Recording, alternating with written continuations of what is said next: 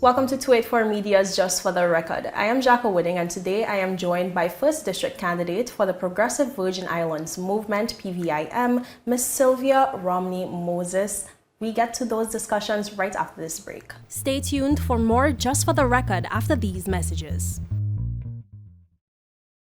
There goes my new car. Guess I'm back on my bike. Your bike? CG offers new car replacement. Remember my monster truck days? Well, one night I attempted a 50-foot pogo double backflip. I landed it and went to karaoke. It wasn't until afterward that my car got hit by that fisherman. He gave me some great mahi-mahi though. Anyway, they paid fast and got me in a new car. Now call a cab. I want you to meet my alpaca guy. New car replacement for the first year of ownership. CG Insurance. Good like that. Welcome back. Thank you for staying with us. Welcome back, and thank you so much for staying with us. And Miss Romney Moses, thank you so much for being here.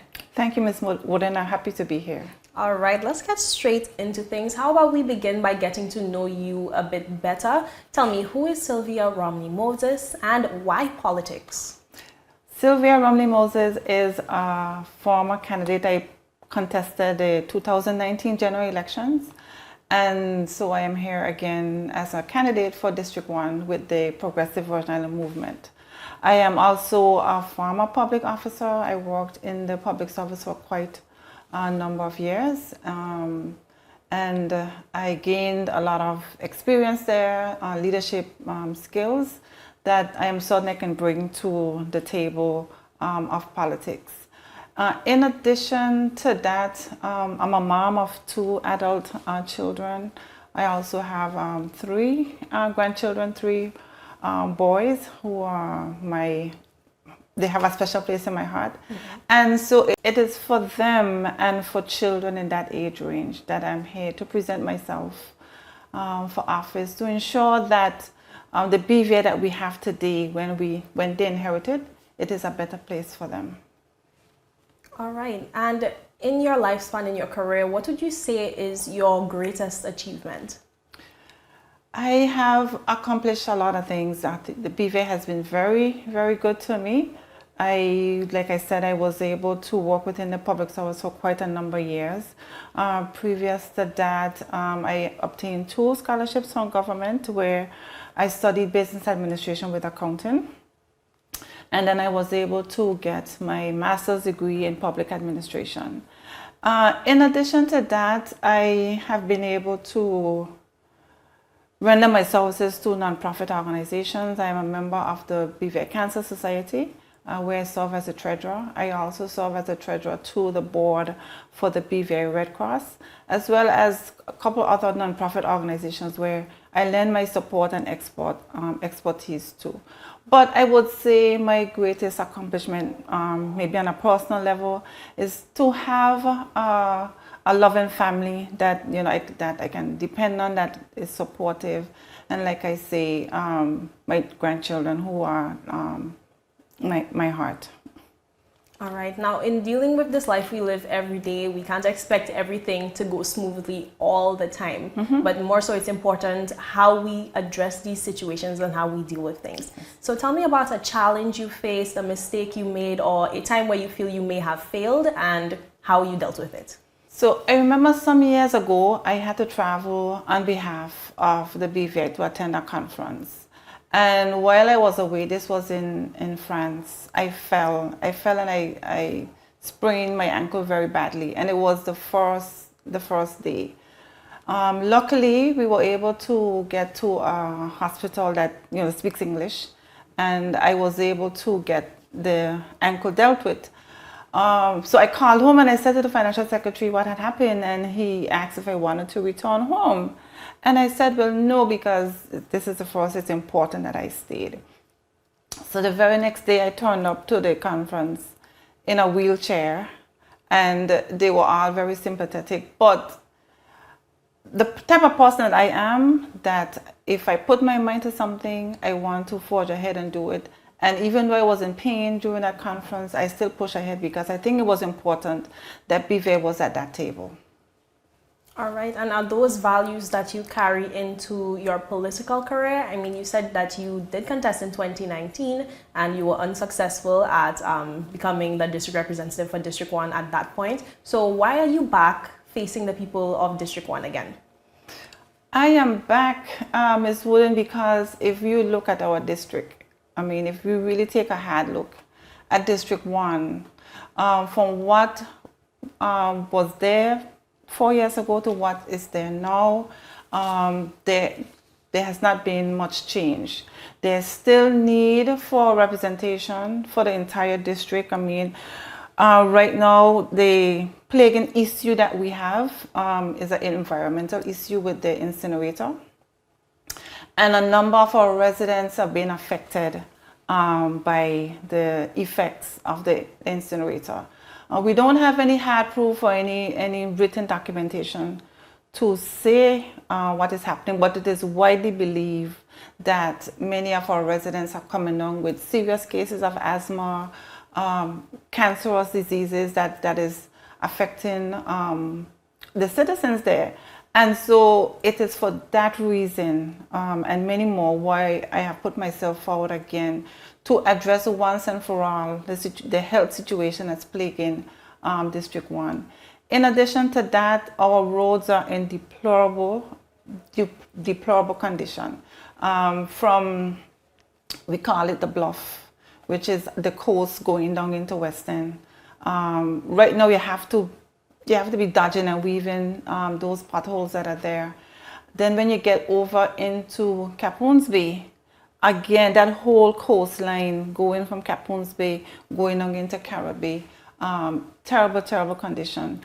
And definitely going into Long Bay, the foot of the hill, just before you go up to Smuggler's Cove, there's a big old crater there. I mean, these are the reasons why I've put myself forward again, because we need to ensure that the lives of the people within the district are not being compromised on a daily basis, and that is what is happening with the incinerator, with dodging holes. We have recreational facilities that are there. We have the one in Capone's Bay. There's the one over in Carrot Bay, and certainly the one in West End, the Benjamin Romney Recreational Park. These recreational facilities are not in conditions that residents can use, and we, as taxpayers, we pay a lot of money. We have already paid for these facilities, so why are they not in conditions that they can be used? And so that is why I'm putting myself forward again to ensure that these things are done. All right. Now, of course, in preparation for this interview, we'd have had our ears to the ground to hear public comments on the candidates that are coming up for this general election. And something we would have heard was that Sylvia Romney Moses does not like to talk to people. So we found it interesting that, of course, you're in an interview here with us today. So I thought I'd just ask you the question, what do you say to those comments?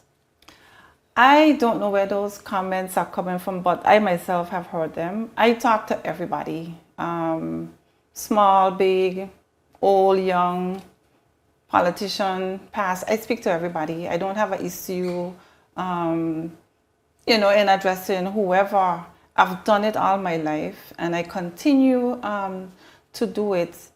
And so, but I will definitely improve upon it. Since I have heard it, you have said it, so I will definitely going forward, improve upon that. All right. Now, looking into your aspirations to be a part of the upcoming government, there is, of course, an increased focus on transparency and good governance in the Virgin Islands right now. So why should the people of the territory trust you to deliver in those areas? That's an awesome question.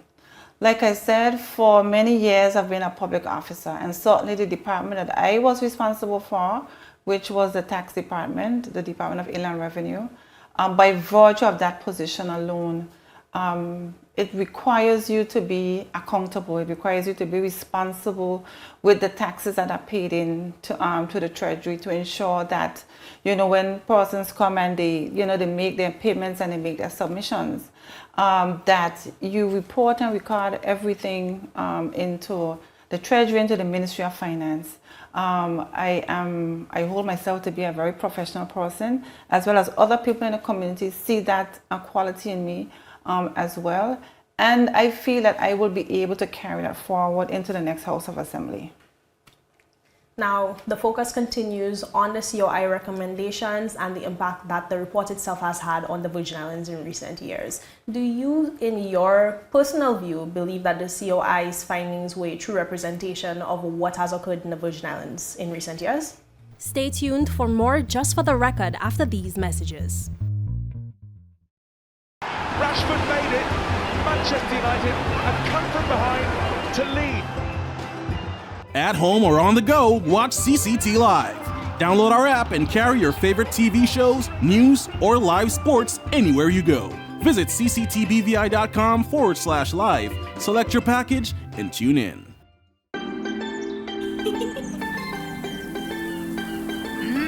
There are many ways to enjoy life, like so many ways to count on Popular. Welcome back. Thank you for staying with us. The focus continues on the COI recommendations and the impact that the report itself has had on the Virgin Islands in recent years. Do you, in your personal view, believe that the COI's findings were a true representation of what has occurred in the Virgin Islands in recent years? It has been so unfortunate that we were placed under such global microscope coming out of the COI. But we asked for it. If memory serves me correct, our administration asked for it. And what does the Bible say? Be careful what you ask for, right?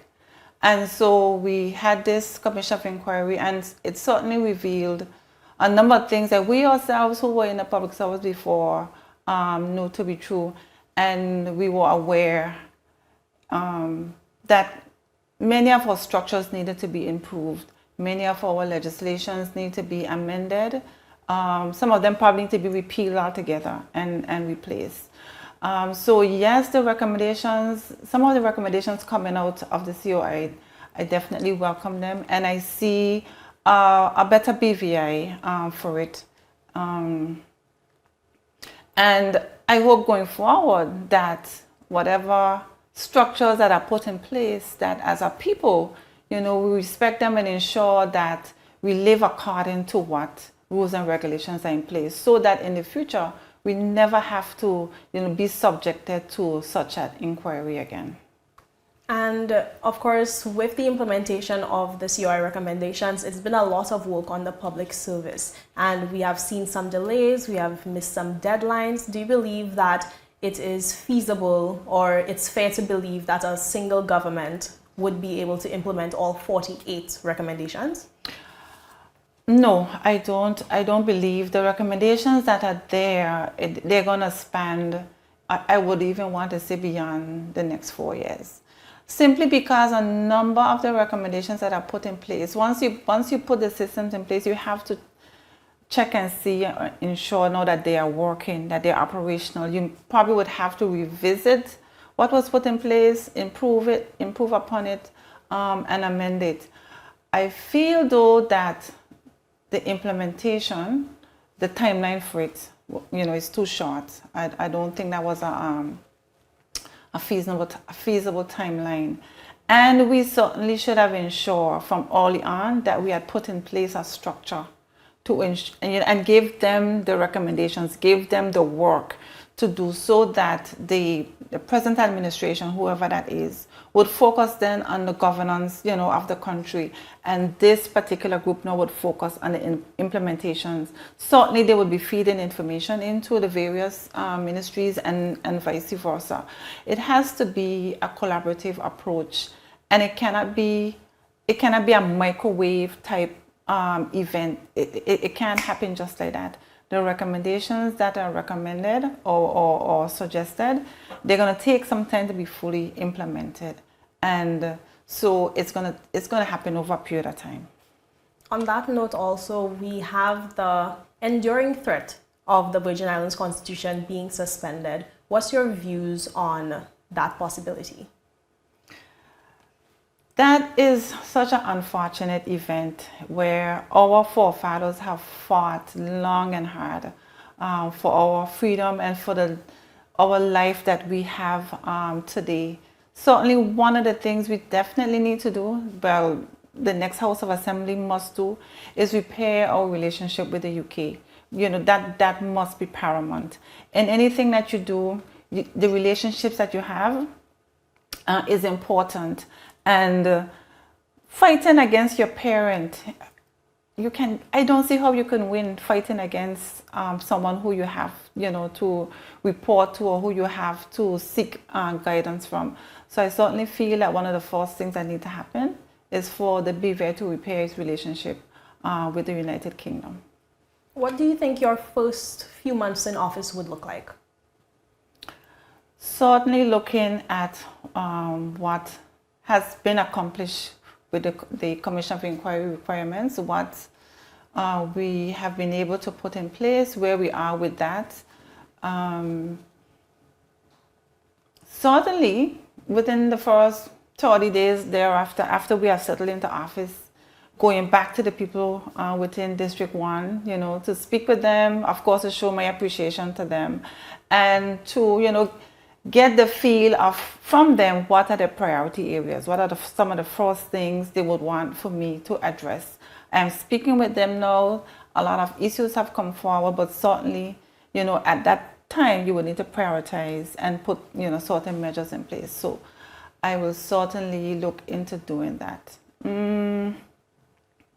I think it will be important for us as a people, the entire territory, to have some mechanism or some way where we can come together. We are hurting people at the moment. We have the suspension of the Constitution hanging over our head. I mean, it is. We suffered the arrest of our leader, and people are still reeling from that. And so we have to find some way to bring our people together, to go through that healing process.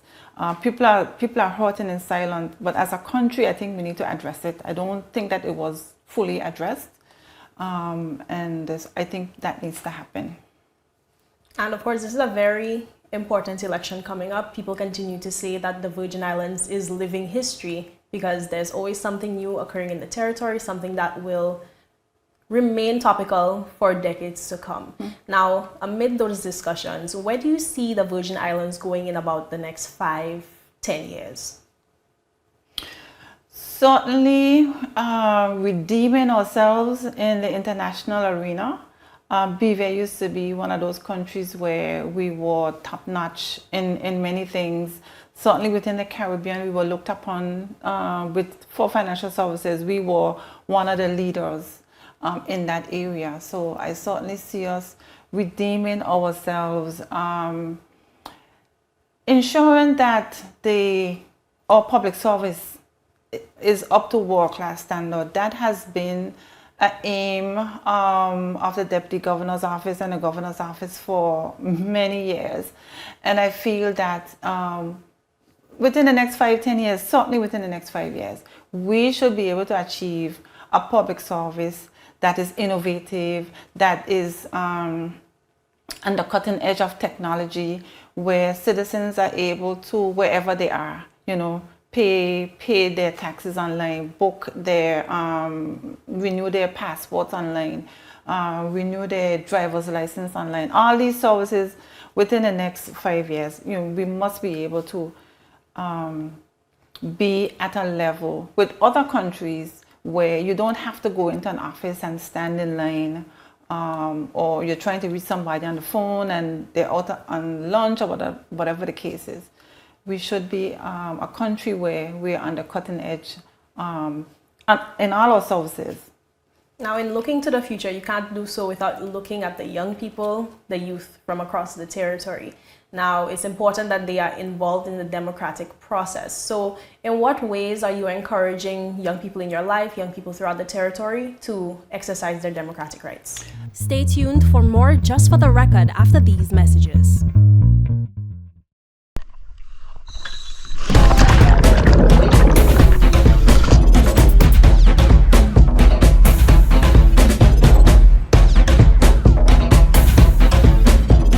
Today, I am doing cover treatments with Beyond.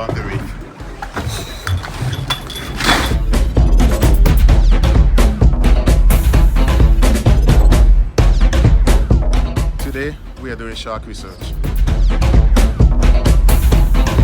So today we are doing whale research with Beyond the Reef. And wherever I go, I take CCT with me because my life is unlimited.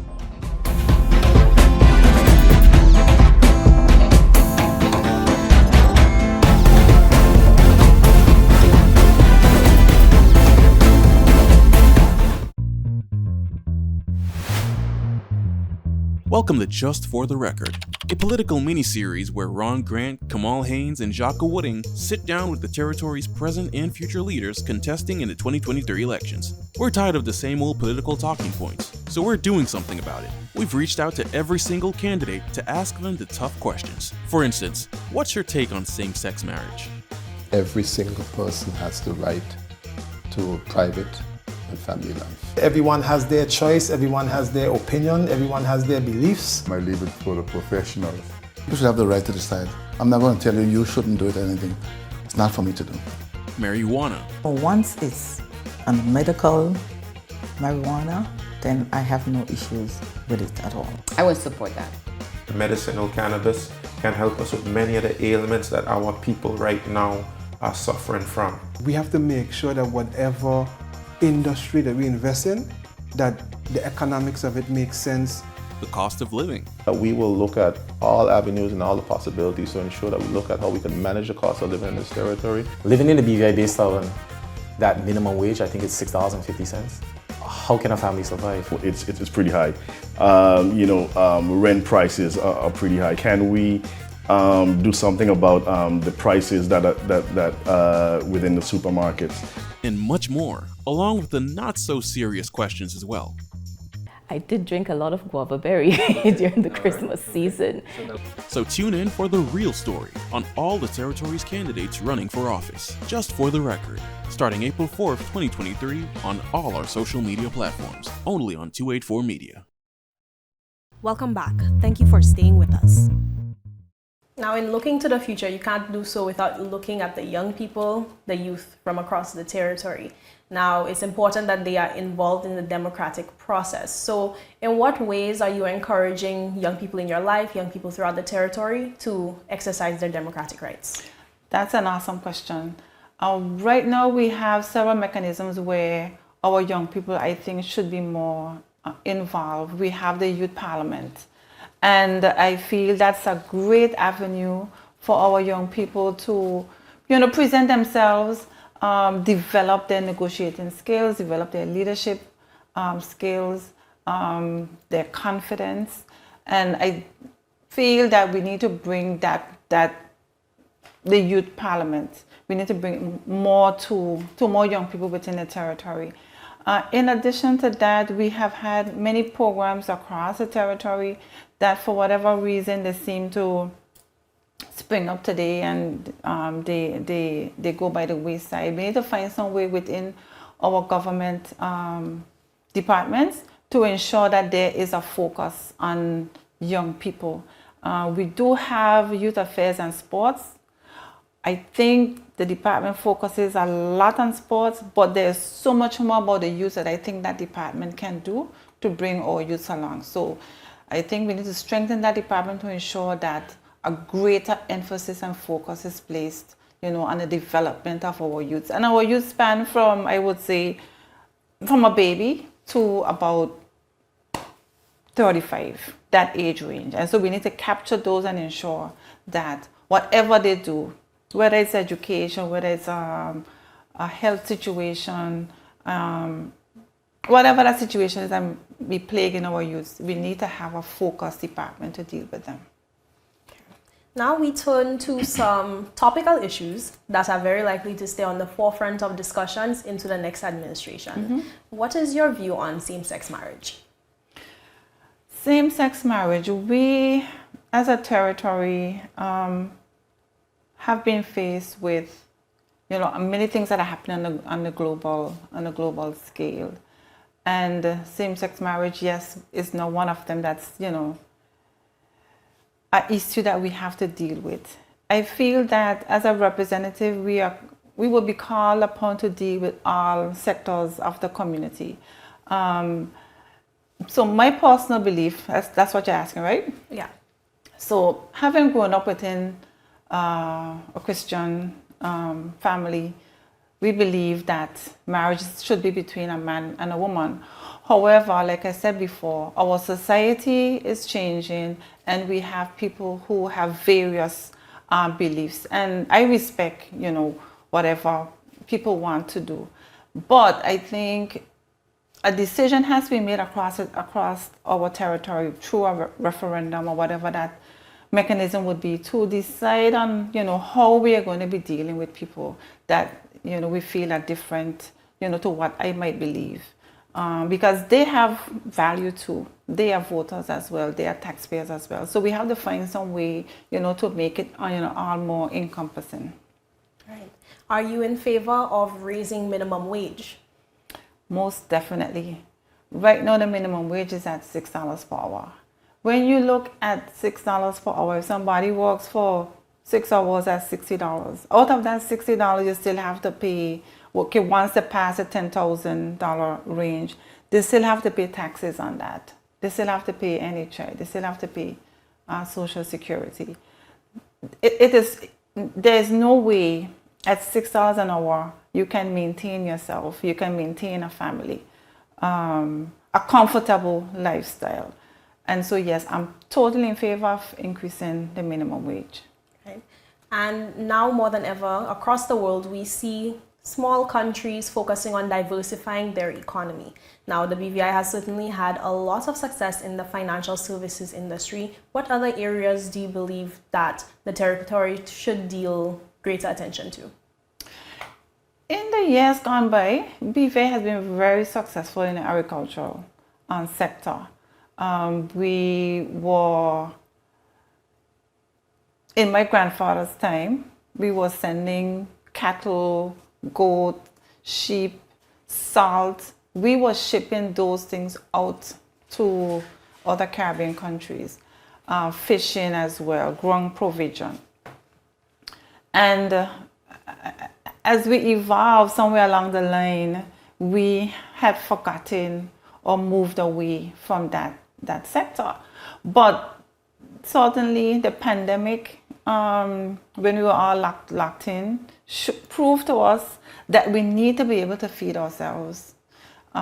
Also, when we had the hurricanes in 2017, when there was a threat of the ships not being able to come, we should be in a position where we can feed ourselves. We used to do it before, and I think we need to get back to that. I know that there are discussions about agriculture becoming the third economic pillar, and that has been talked about. I think we need to stop talking and start putting things into action. In addition to that, we are hearing a lot about the blue economy. BVI is 59 square miles. The waters that surround us is over 200 square miles. Why are we not making better use of the blue economy? And so I think between agriculture and the blue economy, BVI should be able to find other avenues, other industries which our people can take advantage of. And what are your views of diversification in terms of tourism? We definitely need to do more with tourism. We currently depend heavily on cruise tourism. It has been proven that the tourist dollars, the dollars that tourists actually spend while they're here, doesn't equate to the amount of money that you have to put out to cater for cruise tourism. And while yes, our taxi drivers and our shopkeepers would make money from it, overall I think we can do more to gather more or garner more from the cruise tourism. But we used to do years ago something called medical tourism, where people who are seeking some sort of medical treatment or some wellness program. This used to happen when Prospect Reef was in its heyday, And for many, many, many years, many doctors would come to the BVA. They would have their a whole week-long conference, and then during that time, they would perform certain procedures or certain operations. And so you have that class of people who used to come from all over, and BVA used to benefit from that. That was medical tourism. There's also sports tourism. We have a lot of athletes. I mean, right now we have Karl McMaster, we have Mr. Deja Hodge, and they are promoting BVA in ways that we never thought before. We need to find some way to ensure that sports tourism does a lot more for BVA, and certainly to encourage our other youngsters who are coming up to also enter into the sporting games and other avenues that they too can also showcase BVA in a different way. All right, thank you so much for your responses. We're coming to the end of the interview, but of course we cannot close without asking you plainly, why do you believe that your representation is what the people of the BVI need right now? Well, certainly, Ms. Wooding, I'm a woman. So I would bring a different perspective to the table. I believe that a lot of the issues plaguing the territory, certainly from a female point of view, for our women like yourself and young girls, I think a woman would be better able to address those. I feel that with my professional background, I can also lend to ensuring that BVA's reputation and the way that we go about doing, things within government and the way that we are portraying ourselves, I feel that I would be able to lend a better approach to that. All right, well, thank you so much. Honestly, based on your final answer, I do have one more question for you. Do you believe it's a time where we need to see more women in leadership in the Virgin Islands? Most definitely. If you look at what our cabinet is made up of, well, our cabinet now, yes, it does have a woman in it simply because of the unity government that was put in place a couple of months ago. But previous to that, our women at the table have been, I don't want to say the word lacking, we have not been there. Yes, we are serving the coffee. Yes, we are taking the notes. But I think it is time for women to be at the table, sitting at the table, and certainly I would say at the head of the table, to champion the cause, not just for women, but for all people of the BVA, from babies to our elderly parents, to ensure that, they are taken care of, they are nurtured, and to ensure that, our views as female and as women are heard. All right, thank you so much for your responses today, Ms. Romney Moses. I really do hope that the persons of the Virgin Islands find this information valuable to their experience in the 2023 general election. I'm Jhaka Wooding, and this has been Just for the Record. Here goes my new car. Guess I'm back on my bike. Your bike? CG offers new car replacement. Remember my monster truck days? Well, one night I attempted a 50-foot pogo double backflip. I landed it and went to karaoke. It wasn't until afterward that my car got hit by that fisherman. He gave me some great mahi-mahi though. Anyway, they paid fast and got me in a new car. Now call a cab. I want you to meet my alpaca guy. New car replacement for the first year of ownership. CG Insurance. Good like that.